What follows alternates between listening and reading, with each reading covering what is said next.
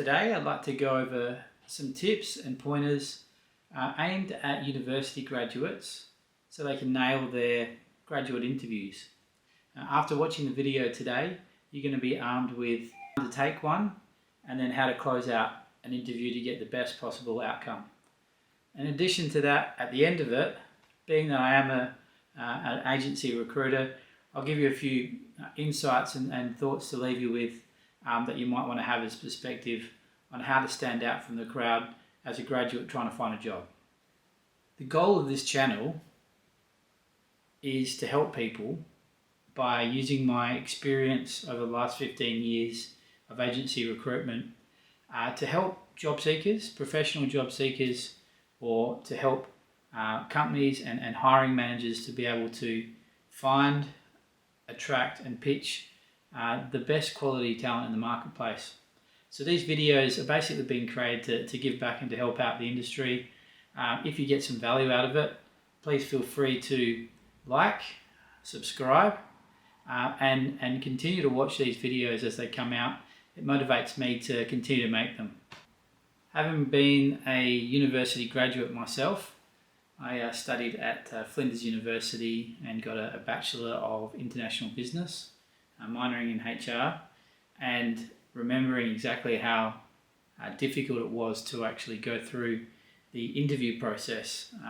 Went through a whole range of interviews, some of them going nowhere, some of them I bombed horribly, and some of them I got quite close. And then it was the very final one that I did get, that was a graduate program that actually had a 7-part interview process. But interviewing as a graduate generally is difficult. You don't have, in a lot of cases, that experience to bring to the table, those accomplishments in a number of cases to showcase to prospective employers. So you're really working with your motivations, you're looking at your goals and trying to find how you can get these attributes and then put them on the table so that will align with the job that's there for the taking. So there are a lot of tips and tricks that you should take into account in order to be able to make the best first impression and ultimately be competitive as a graduate in the marketplace. So this video is basically going to take a look at 12 separate tips to help you as a graduate or as an undergraduate in order to be able to secure a job. And again, I will cover the perspectives that as a recruiter you may or may not be privy to. But the first one is tip number 1, which is realistically being prepared. Ultimately, being prepared is going to be one of your best friends when looking for a new job as a graduate. It's very challenging to be able to make that first impression. So if you are going into that situation, you can really calm your nerves by making sure that you do a lot of thorough preparation prior to that meeting. Part of the preparation process is trying to anticipate what kind of questions are you going to be asked. Quite simply, they could be more situational type questions that will require a yes or a no type of response. But however, you will get a lot more trickier questions to deal with. A lot of those are behavioural based or attributes based or competency based type questions, which there is a structure around that and there is a good way to deliver a response for those sorts of questions. One way you can try and get around this is to use the opportunity when the interviewer is setting up that initial meeting. See if you can glean any information in a basic fashion. Perhaps it's an email that you're sending out, or perhaps you're speaking to them on the phone when they're booking the meeting. Is there anything that you can do to prepare for the meeting? Is there anything you need to bring? Try and get some of that information that you can utilise to try and get a bit of a gauge on the sort of interview questions you might be given. Is it going to be a formal interview? Is it going to be more of an informal interview? This sort of information will help in the preparation process, which is ever so critical. Tip number 2 is practice, practice, practice. So if you're going to an interview and you've been practicing the sort of questions you're going to be asked or that you think you may be asked, it's definitely going to give you that confidence factor when you're trying to do it in a real life situation, which sometimes you go into it without any practice whatsoever, and then you can really get thrown when you get asked these sort of questions. So going into a practice situation, you anticipate what the question might be, you think about how you might actually answer that question, and then you look at improving your responses over time. So you can involve a friend, someone that you feel comfortable with, and you can actually sit down with them and get them to ask you some of these questions you think you may be asked, and then get their feedback, on the body language you have when you're delivering the responses.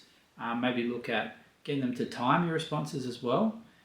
Ideally, you want to have a concise response that really targets the actual information that the interviewer is trying to get from that question. If you keep blabbing on and on and on about it, and you're not really hitting the mark with the question, they're going to mark you down, they're going to get frustrated, and they're going to move on, perhaps without getting that important information that they need to be able to make a decision.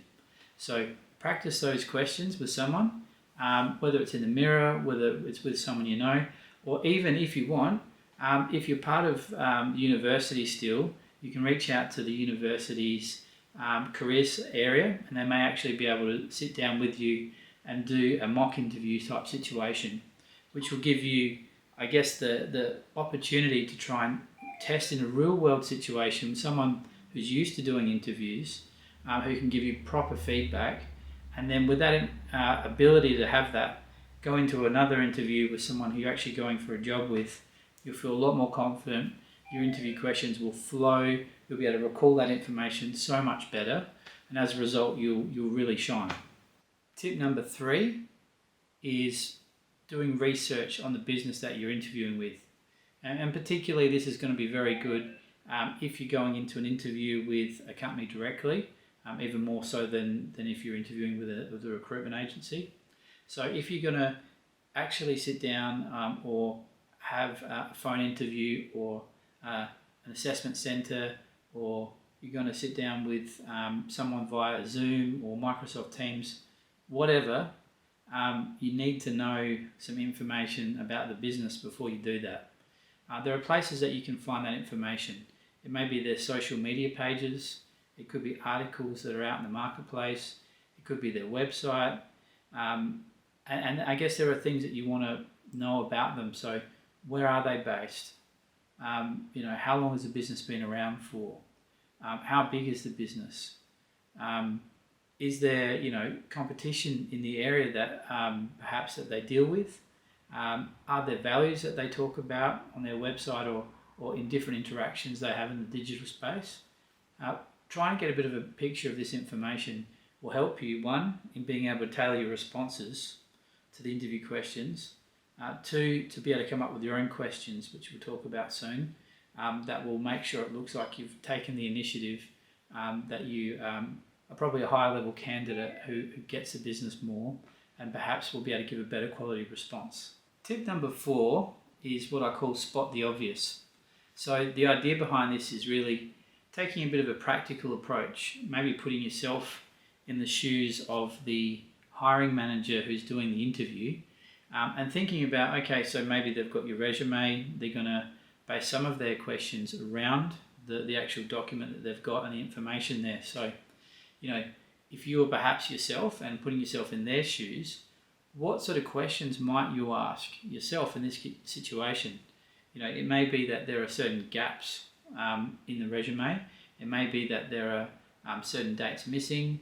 It could be that you've put your results from certain qualifications, maybe your GPA score, from your university, college, or whatever it might be.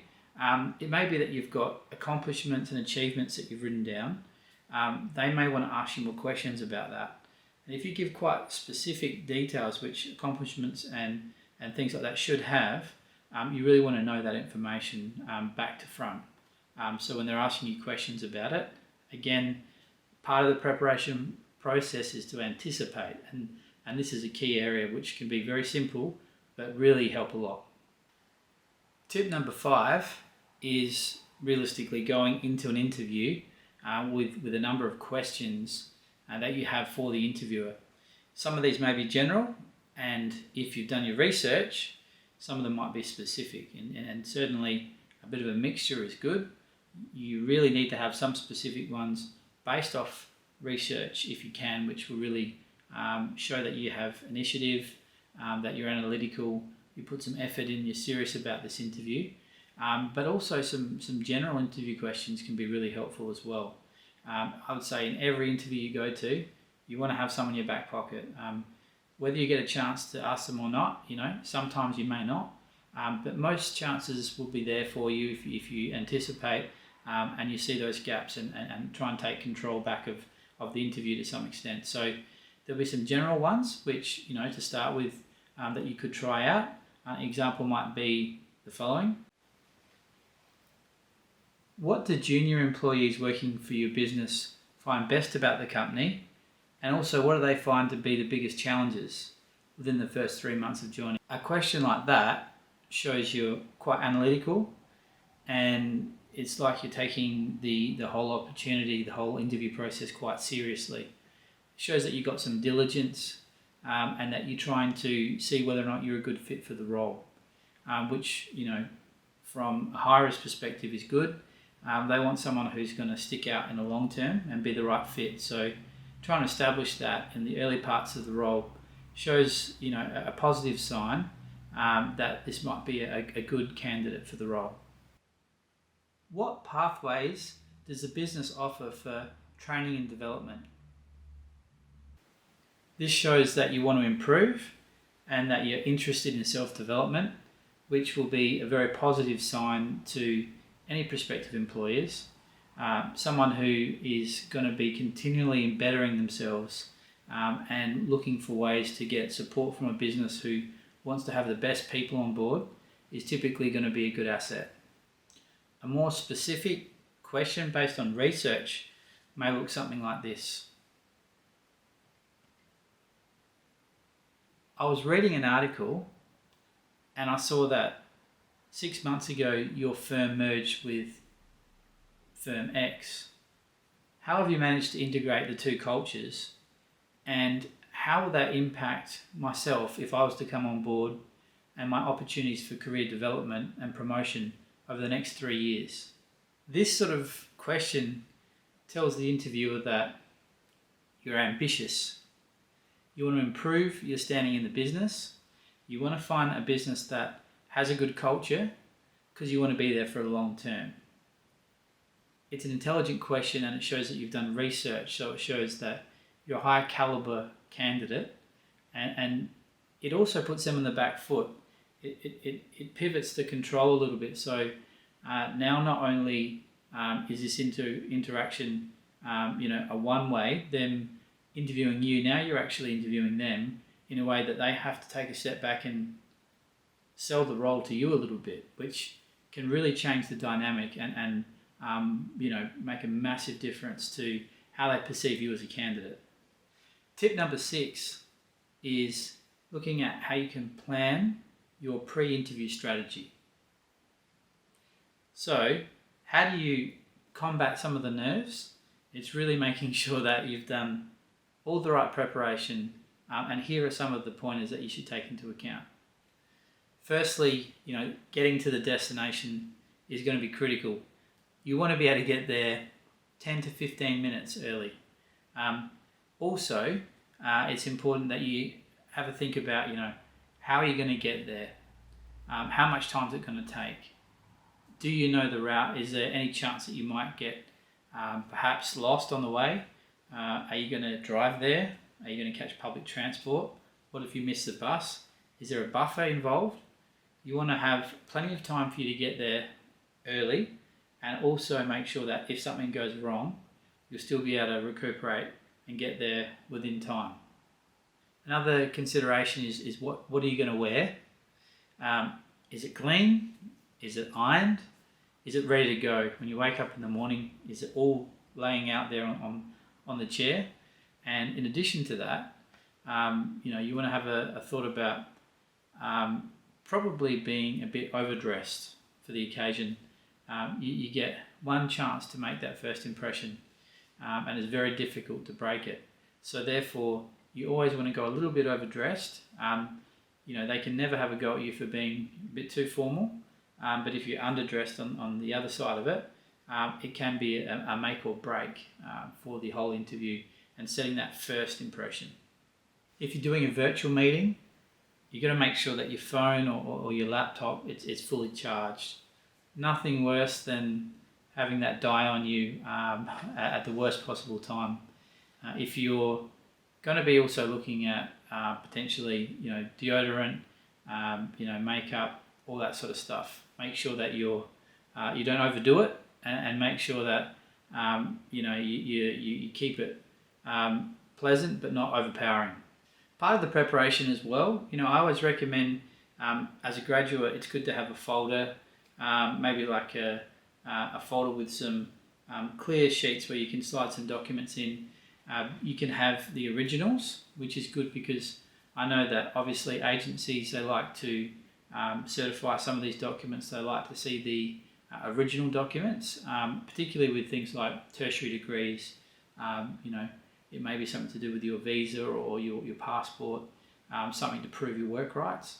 So in your folder, you want to have your resume. You want to have a number of copies because you'd like probably to give it to more than one person if you're having a panel interview. You also want to make sure that you have the originals and some copies to hand out for your certificates and your qualifications to make it easier for the interviewers and make sure that they have everything they need. Try and get some sleep the night before if you can. It will help.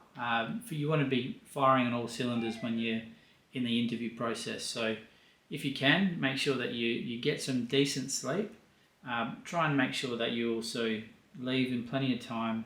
If you are having an earlier morning interview, make sure you get up early enough so there's not a rush. There's nothing worse than having that anxiety that adds to the nerves just simply because you haven't mapped out the time frames properly. So make sure you do that, and it doesn't hurt to go in there with plenty of caffeine in your system so that you can remember your name, you can remember the responses, and also so you don't get a dry mouth, make sure you drink some water shortly before the meeting.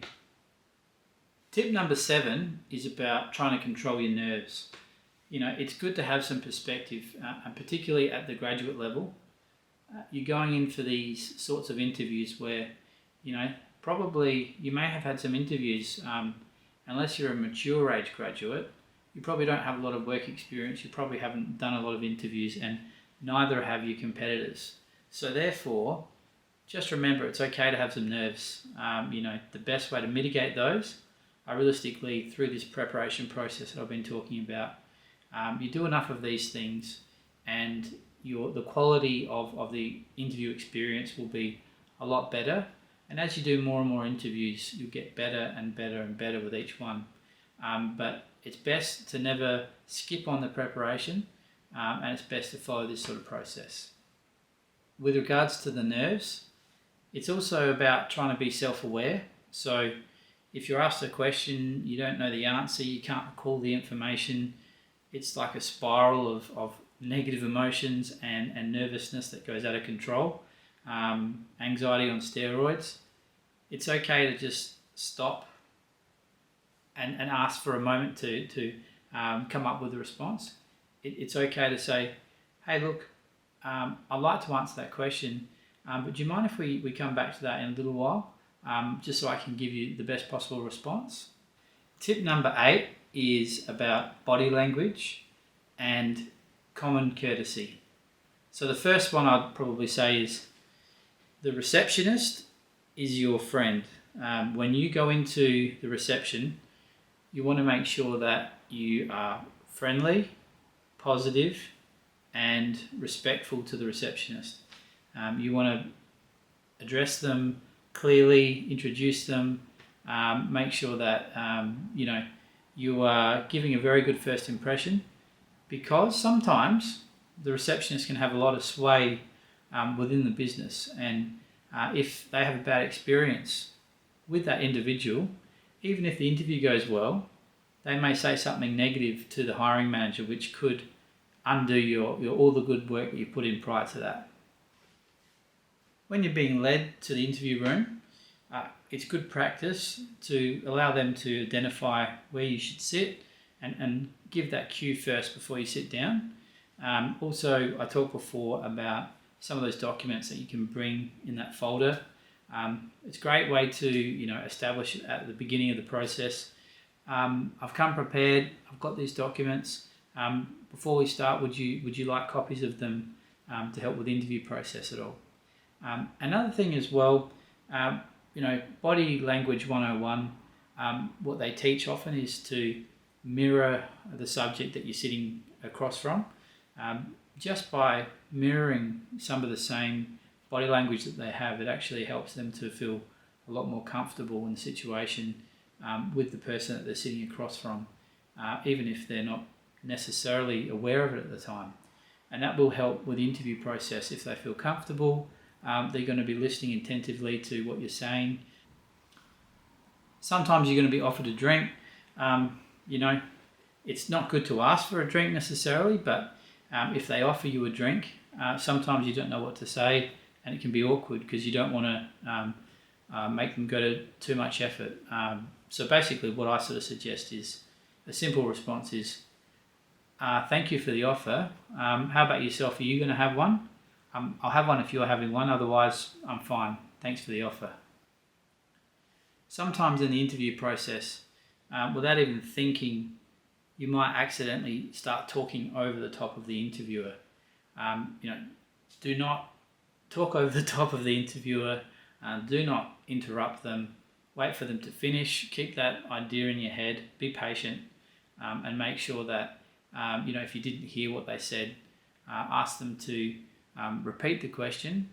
If you didn't understand what they asked, ask them to rephrase the question. That way, you're being polite. You're asking for a little bit more time. You're making sure you understand exactly what it is you need to respond to. There's nothing worse than someone talking over the other person, and it shows a lack of communication skills, which you'll get marked down severely for the interview process. A few more pointers to really take on board. Don't talk negatively about past employers as much as you can. Try and limit it to situational factors that don't paint your in a massively negative light your past employer. You need to find a positive way of taking some of those negative scenarios and trying to give the response that was adequate for them to understand the reason for you leaving, and not to second guess that was a cultural issue or a performance problem. However, you also don't want to over embellish on the negativity, because if they think that you're being negative, then they're going to wonder what you're going to be like when you leave their business. Also, when it comes to being honest, I think being honest is pretty important, because if they get a feel like they don't believe what you're saying, they're going to have an issue with the trust factor, and then they're not going to take the gamble and bring you on board. So making sure that you're across those things and you take them into account is very important. There's a couple of big things here. So one is when you're delivering a response to the interview question, don't go off track. Don't take 10 years.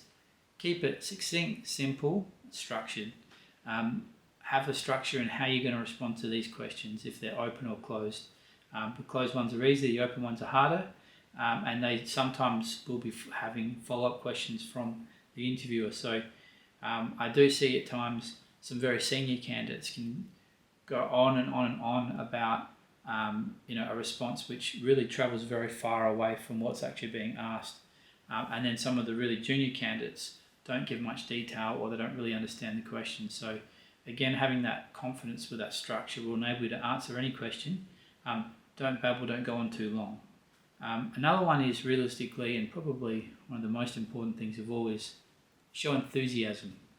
Make sure that you have enthusiasm when you're talking. Have a little bit of energy about what you're saying, and also make sure that the interviewer feels that you want to be there, that you're engaged in the interview, and that you've got some interest in the position.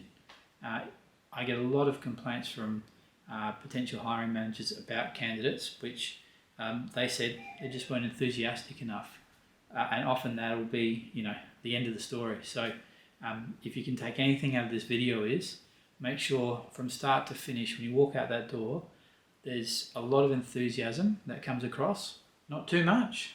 Got to walk the line where it's a healthy amount of enthusiasm, interest, and it's going to come off positively to the interviewer. When you're nervous, you can talk pretty fast. It's pretty normal, pretty natural. Another thing to take into account is manually trying to remember that you're going to be talking faster. So they're not always going to get the information. Try and slow yourself down a little bit. Take your time. Pause for effect sometimes at the end of a sentence or in midway through the sentence. If you're saying something and you pause midway through the sentence, it really encapsulates them. They really want to listen to that statement. So use a pausing effectively. Use speech that is not too rushed, and so you can really drill those points home, and they hear and they get all that critical information. So tip number 9 is about knowing your ambitions and your motivations for your career intimately. There's nothing worse than someone that comes into an interview who doesn't know where they're headed. And particularly for a graduate or an undergraduate type interview, trainee, intern interview, you don't have a lot of information that you bring to the table with your past experiences all of the time. So a lot of it is about the characteristics, the attributes, the motivation, the drive, the ambition of that individual to set themselves aside from the competition. You want to know that, you want to own that, and you want to be able to respond in a good way. And ideally, you want to tailor that to the business and the role that you've been interviewed for. If you are talking about your ambitions are to work for a large Fortune 500 company one day, but you're interviewing for an entrepreneuristic local business with 10 people, that's going to give them some concerns about the longevity that you're going to bring to the table, that you're going to get frustrated not working in a place that encourages your motivations and your goals, and that you're not going to stick around. So make sure that you have some of these ideas, but tailor them, customize them to the role, the business, the interviewer, and think about what they want to hear. Think about what's true for you and where that aligns, and make sure you drill that down so that they get that message. Tip number 10 is just admit when you don't know something, especially for these graduate interviews. It's okay to admit if you don't know something. It's better to do that if you really don't know what to say, you really haven't dealt with that situation. And another way around it is saying, look, I don't have experience with this. I don't have an answer for you on that one. However, I'm an eager learner. I really like to develop myself and I like to tackle challenges and get solutions. If I don't know something, I always try and go away, do my research, and come back with an answer or a solution. I don't know the answer for this one, but certainly, what I probably would do in this case is blah, blah, blah. At least you're honest, you're genuine, and they're going to pick up on those vibes. They're going to be happy with that. Tip number 11 is what I like to call close the deal. Get it done. Make sure that when you walk out that door, you know that there's not much that you could have done differently. You feel like you've put your best foot forward, and you don't have those regrets. So probably what I'd suggest here is, if you're going through that interview stage and you feel like you've got more to offer, you feel like there's some achievements that perhaps you haven't been able to showcase to the interviewer, what you can do is you can say, my understanding of this role is that there's some attributes here that the role requires, and I believe there's some achievements and some skills and experience that I have that we haven't really gone through that could be quite pertinent to this role. Would you mind if I just run you through and highlight some of those quickly? This is going to be good because, if there's time, and maybe it's what gets you across the line, if you've got some gold there that you haven't brought out and it's relevant, the key is being relevant. If it's not relevant, you're wasting their time and it's going to be detrimental. So make sure that you don't walk out the door without highlighting that if it's relevant and you feel it's going to make an impact. In life, people need to become salespeople in a lot of different ways, and the interview process is about selling yourself. It's not always an easy thing to do. You go through the interview process and you're putting yourself on the line, you're saying things about yourself, talking about yourself, and that's not always a comfortable thing to do. But it's really something, if you want to be effective when it comes to interviews, you have to really own that and be prepared to act as your own advocate and go out there and try and sell yourself. So what you should try and do is, if you have interest, coming back to my conversation with you prior regarding enthusiasm, you want to show that. That's important.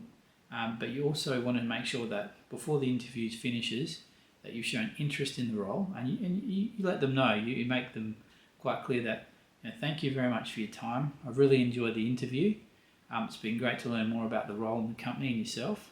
I'd like to let you know that I am interested and certainly happy to talk further about this. Could you please let me know what the next steps of the process might look like? So that's a good thing. So that leads it towards getting a close of the situation. If it's up in the air, some of those critical conversations that you need to have, you just don't get the chance. So take the initiative on that one. Make sure that they leave knowing that you're interested in the role. Try and push the process forward so you know what it looks like as far as timelines, steps moving forward, etc. And that will put you in good stead. Sometimes you get the old poker face. You don't really know how you went. You can't really read them too well. Maybe you've shown that you're interested. Maybe you've advised that you would like to progress the process, have some additional conversations, and yet it hasn't really ended in a way that perhaps gives you the next step or lets you know where you sit. What you can also do is something quite simple, really, and just say, are there any areas of my background that perhaps we could talk about or we haven't covered that would help you in determining if I'm the right candidate for the role? And this can be helpful because there could be a certain set of tick boxes that they have which haven't been ticked. If they're a HR person, they may be looking quite specifically at these tick boxes. If they're a hiring manager, they may have a bit more of an in-depth understanding of the role and they may not need to ask these tick box questions, but it may be through your responses or through the conversation or because you didn't have time, you didn't perhaps tick some of these boxes for them. Maybe your resume didn't have that information and someone else that interviews with them later that day articulates that very clearly and simply, and as a result, that person gets shortlisted, maybe gets the offer. So you want to be able to see if there's any glaring omissions in their assessment of yourself through that question, so that way you can identify that at the time.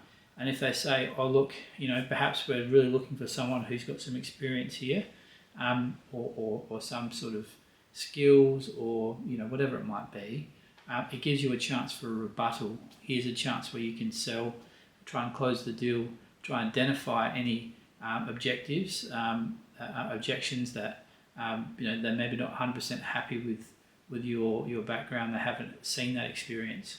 So now you can actually say, well, look, this is where I actually did this, and that can be enough to round everything out. Or you can say, look, I didn't actually do that, but I certainly would tackle it in this sort of way, and I would approach it this way if I didn't have those skills, so that I can deliver as requested.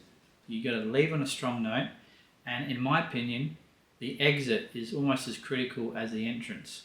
So, when you're finishing the interview, this is a very important time where you want to leave in a good way. Firstly, you want to be able to thank them for their time. We've highlighted, you want to be able to know what the steps are. You want to be able to leave with confidence, with enthusiasm, with a positive tone.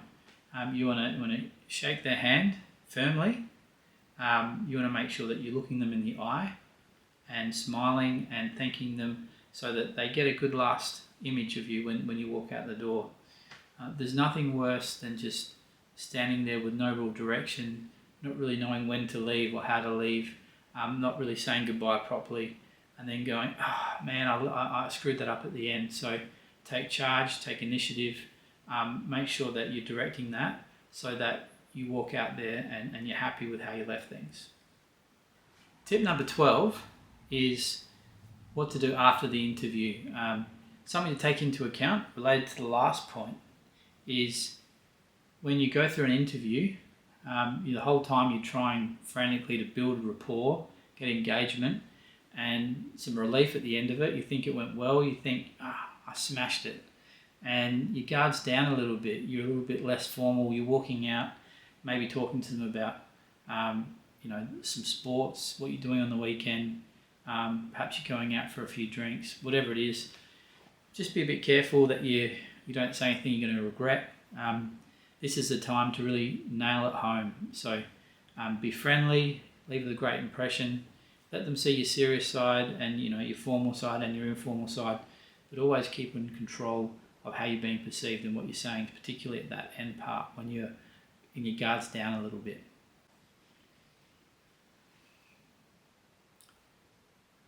Part of sticking out of the crowd is some of the little things. It's little things that you do that make all the big difference, particularly at the graduate level when it's so hard with the volume of applications in some cases to actually step outside the crowd. So the little things are what makes all the difference. We talked about a lot of the different things you can do, and one thing you can do after the interview is simple as sending an email to the person who interviewed or the people who interviewed you, thanking them for their time, reiterating your interest in the role, and the hope to hear from them soon.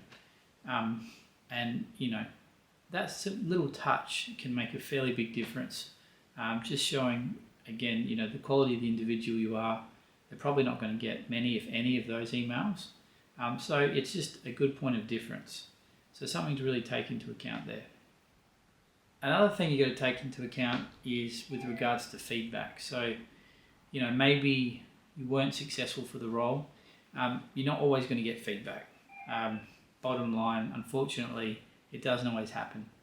Particularly with graduate roles, there can be, tens or hundreds of people applying for a job. You might get to that interview. There could be quite a lot of interviews that they actually do. Frustratingly, you want that feedback so you know why you weren't successful or what you could have done differently. A good approach here is to take a bit of a different tact. Instead of maybe asking them for feedback, you can sort of say, could you please give me some advice? What did the successful applicant do perhaps that helped them get the role? What could I do a bit differently next time that might help me improve my chances of securing a position? When you rephrase it as advice rather than feedback, when they're giving feedback, they're quite defensive because they're justifying why you weren't successful. When they're giving advice, they're being more consultative. So perhaps they don't feel like they have to be quite so defensive, and they actually may want to try and be more helpful to you and give you more valuable information. So this is all going to help out, and you want to be able to leave on good terms, because down the track you might get some experience, and then if you leave in a good way, they may engage you again at a later stage. They may have a job. Now you've got some experience. The game's changed. So try that tact with the feedback, and also make sure you leave on good terms no matter what, and that's going to put you in good stead. So here comes the section with regards to perhaps some insights from the perspective of an agency recruiter.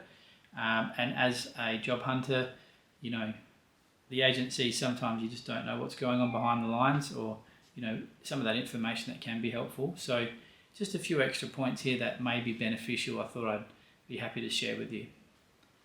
The bottom line is, universities, colleges, wherever you're watching in the world, it's big business. There's lots and lots of money going into these institutions, and they're churning out a lot of people. So in some cases, there may be years in certain geographies and certain areas where there's hardly any graduates, and there's a lot of forward planning that takes place for these organisations to try and reach out to the universities and get onto these undergrads before they get released into the world. But Often what is the case, and particularly for a lot of different business type degrees and things of that nature, there can be a significant amount of graduates being released at the one time, and there may be a disproportionate amount of opportunities available for those graduates.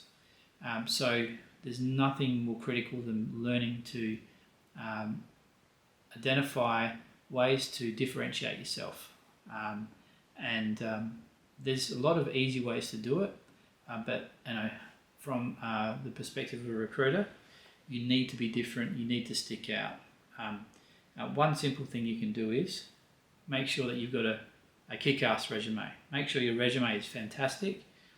Make sure that you get advice and consultation on how to formulate and structure a quality resume. You may not have a lot of information to put into it yet because you're still early into your career. There are different sorts of structured formats for graduate, undergraduate, school-leaving resumes.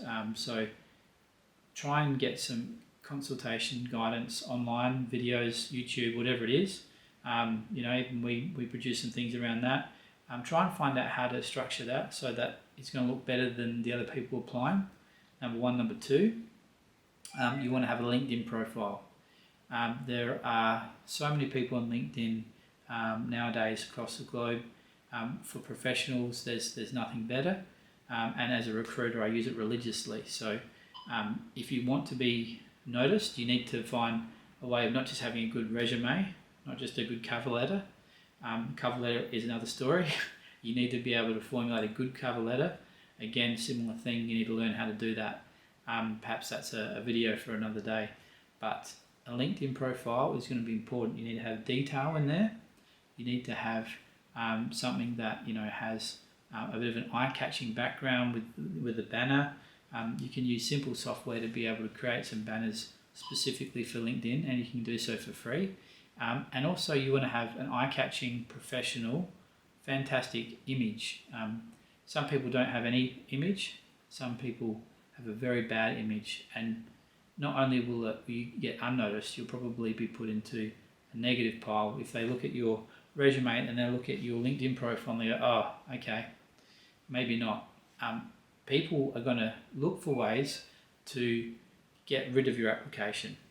When there's a lot of applications, it's all about how do I take this and bring it down to this. So your job is to make that very hard for them and make sure that they can't do that easily. So you stick out to the end. So looking at LinkedIn profiles is critical. Be careful about your social media presence. Be careful about what you're putting on social media because it's very easy to find that information if you're looking for it. And if it's got things on there that you prefer people not to see and they come across it, you might get the cross very quickly. So take that into account. Another one as well is, initiative. I use the word, but it's an important word. It describes success. People who have initiative, they go further. And so if you're one of all these people applying through a job board or through a website or whatever that might be, for a graduate role or graduate program, etc., you need some initiative because, again, you want to stick out. So sometimes a good way to do that is to get on the phone, get on the email, get on LinkedIn, and approach the hiring manager, not just anyone, try and find the right person. Approach them and put a face or a name or a voice against that application so that people take the time to actually review it. You want to get in, get out quickly, establish yourself, be polite, be courteous, show interest, demonstrate your communication skills ideally that go along with that piece of paper. And you want them to spend just that little bit more time on your profile so that you might just get across the line, get to the interview stage. That's the first part you need to get to. If you get to that stage for a graduate role, that's excellent.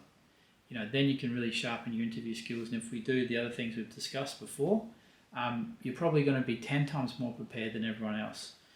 Sometimes it's the preparation that makes a difference. You can rest assured people aren't putting the effort into the research that I've discussed a lot of the time. So if you do that research, you're going to be a step ahead. It doesn't take a lot. to make a big difference. So make sure that you go through that information and make sure you're armed with that, and you look at ways that you can integrate that into the conversation, and then you'll very quickly make a fantastic impression. A big part of being successful in the interview process is being able to communicate effectively, use the right methods to answer the questions. So familiarise yourself with the STAR method for behavioural based interview questions, STAR, situation, task, action, result. There are other methods, and I might talk about some in other videos, but it is a good way to break up and direct your response for these different questions. You want to be able to arm with that so you don't get caught out.